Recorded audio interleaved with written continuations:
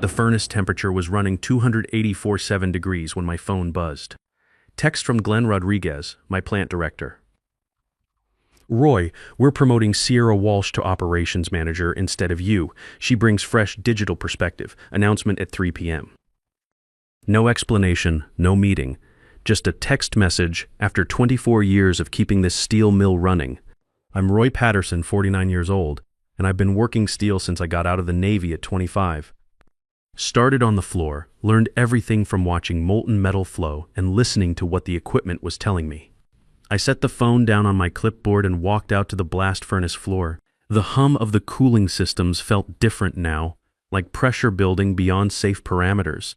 Glenn was standing near the quality control station, coffee in hand, talking to Sierra like she just solved our heat treating problems.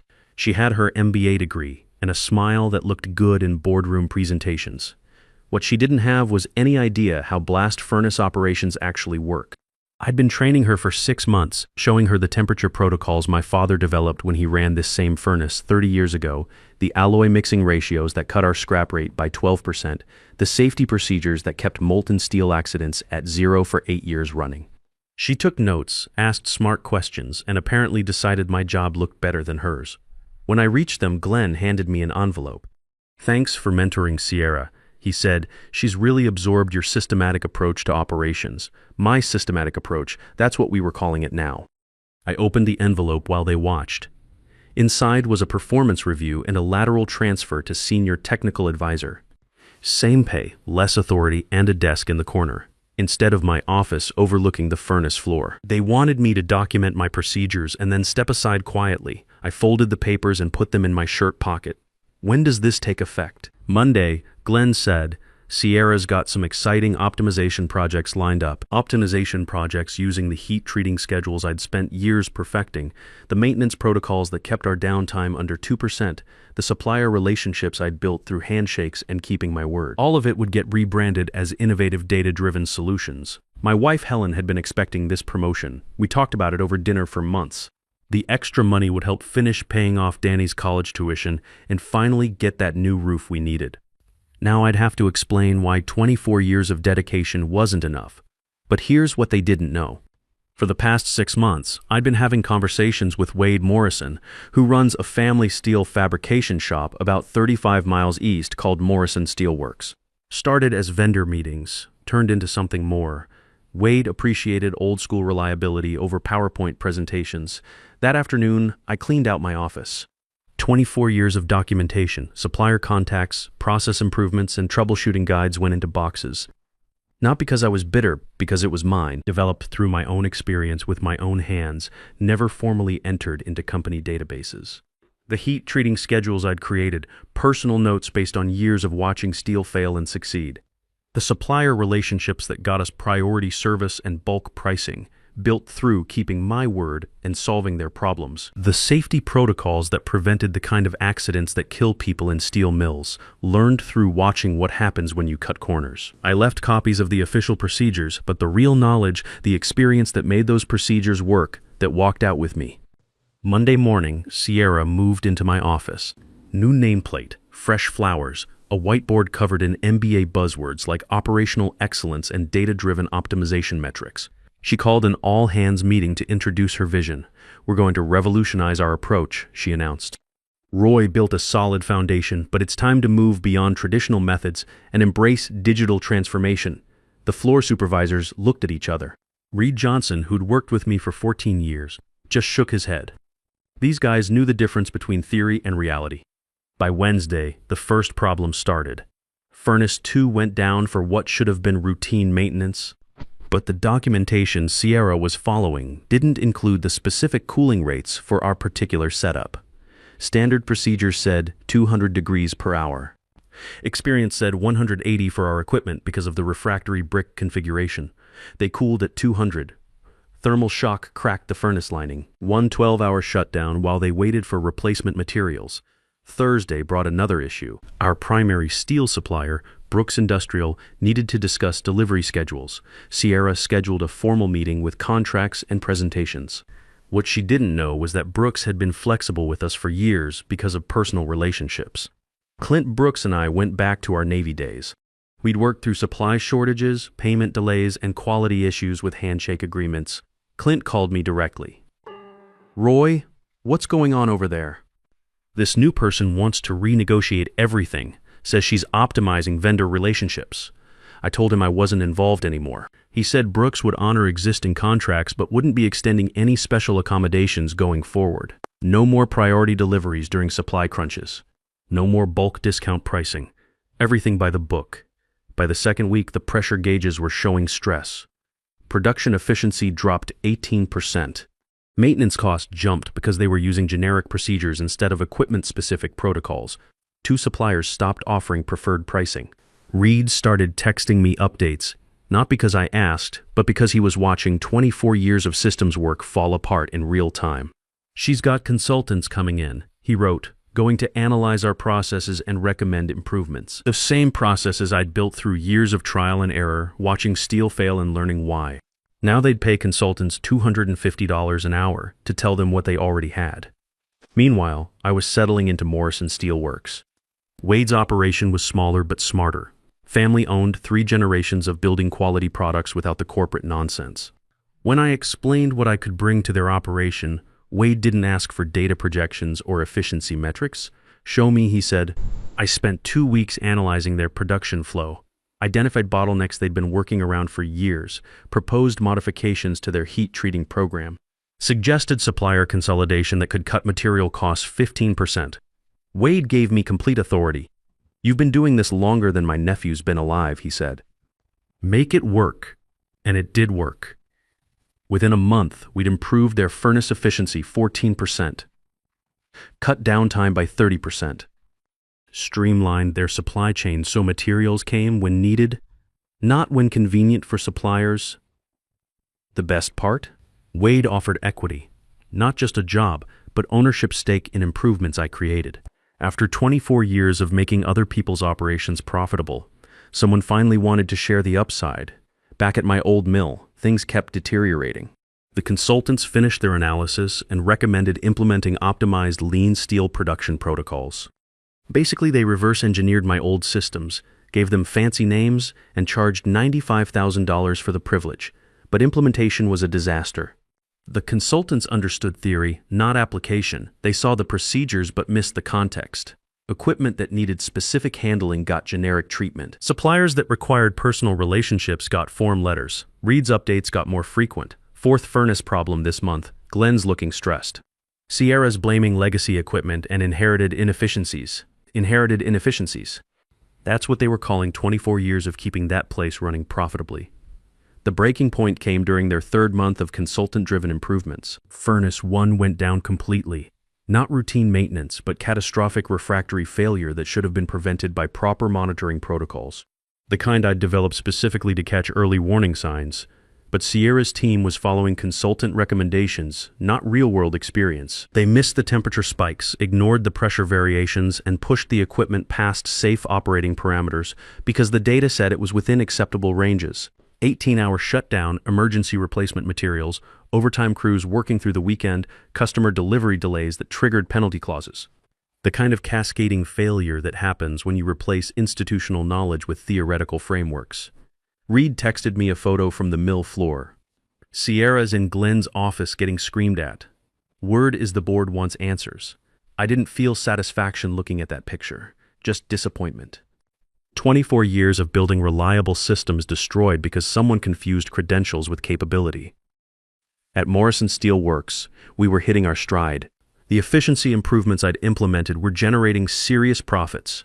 Wade was talking expansion. We'd landed 3 major contracts by underbidding competitors who couldn't match our cost structure. Roy, Wade said one afternoon, how would you feel about taking over as operations manager? Full authority, equity stake, and we're setting up profit sharing for the floor crew.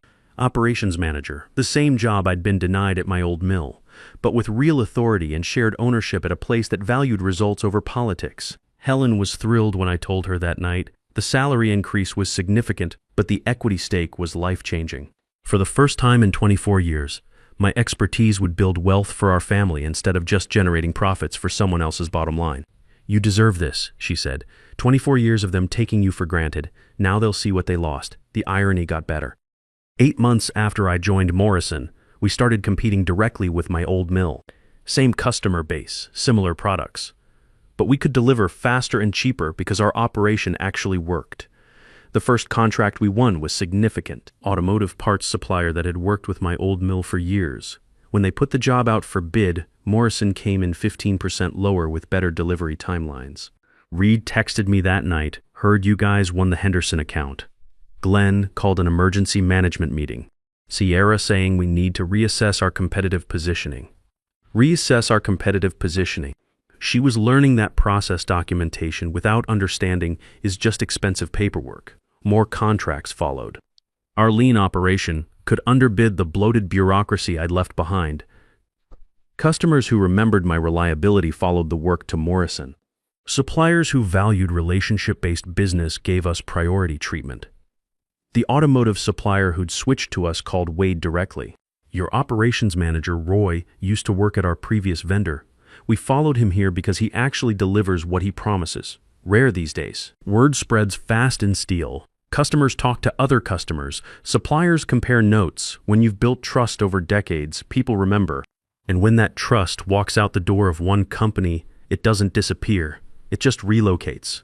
Within 10 months, my old mill was in serious trouble. Equipment failures were constant because they'd abandoned the maintenance protocols that actually worked in favor of consultant recompetent optimization.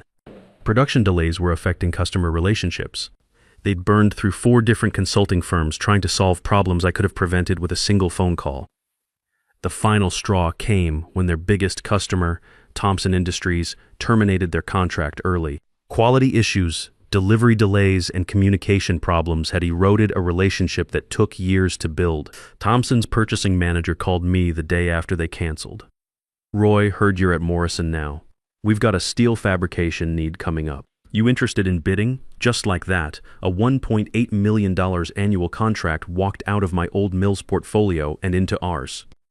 Not because we poached it, but because competence has a reputation that follows you wherever you go.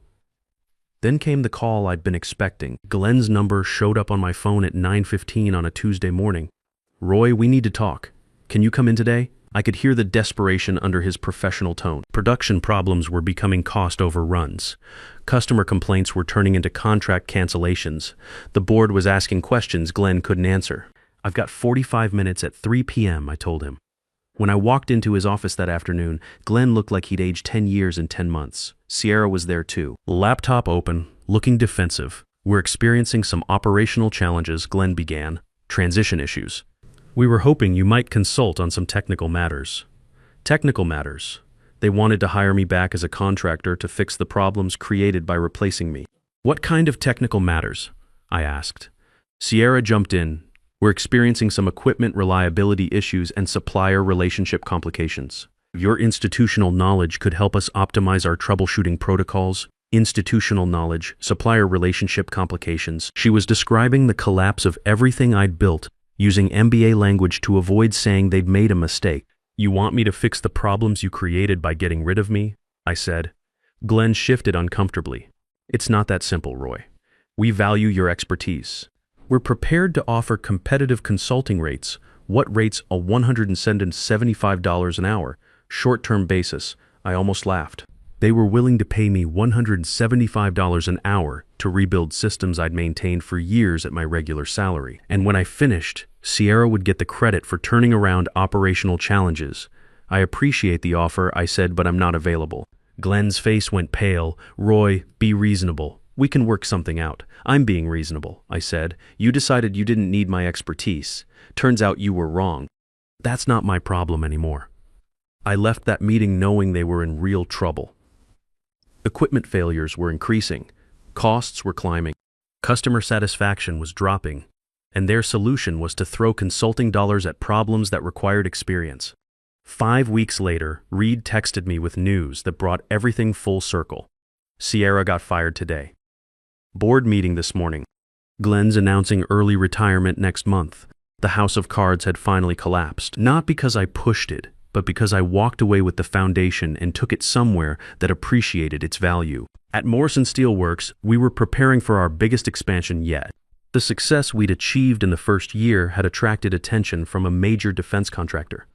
They wanted to discuss a long-term partnership that would significantly increase our production capacity. Wade called me into his office the morning before the meeting. "Roy, this is your show. You built what they want to buy. I want you to lead the negotiation." The defense contractor meeting went better than expected. They'd researched our efficiency improvements, talked to our customers. What impressed them most wasn't our equipment or facilities, but our operational consistency. "Your reliability metrics are exceptional," their lead negotiator said. 14 months of on-time delivery, 0 quality complaints, industry-leading cost structure. "How do you maintain that level of performance experience?" I told him. "We don't chase theories, we solve problems." They offered a 4-year partnership worth $3.2 million annually. Guaranteed volume, premium pricing, and performance bonuses for meeting delivery targets. The kind of deal that transforms a family business into a regional leader. That night, Helen and I celebrated at the restaurant where we had our anniversary dinner every year. The equity stake I'd earned at Morrison was now worth serious money. Danny's remaining college costs were covered. Our mortgage would be paid off within 3 years. Financial security I'd never imagined was suddenly within reach. "You know what the best part is?" Helen said. "It's not the money. It's seeing you respected for what you do instead of taken for granted." She was right. For 24 years, I'd been treated like a necessary expense instead of a valuable asset. Now my expertise was generating wealth instead of just preventing problems. 3 months later, I got a call that brought everything full circle. The private equity firm that had bought my old mill after its bankruptcy wanted to meet. They'd heard about my track record at Morrison and were interested in hiring me to turn around their struggling acquisition. "We understand you built the original systems," their representative said. "The facility has potential, but it needs experienced leadership. We're prepared to offer significant compensation for your expertise." They wanted to pay me $125,000 base salary plus performance bonuses to rebuild what I'd already built once. The irony was perfect.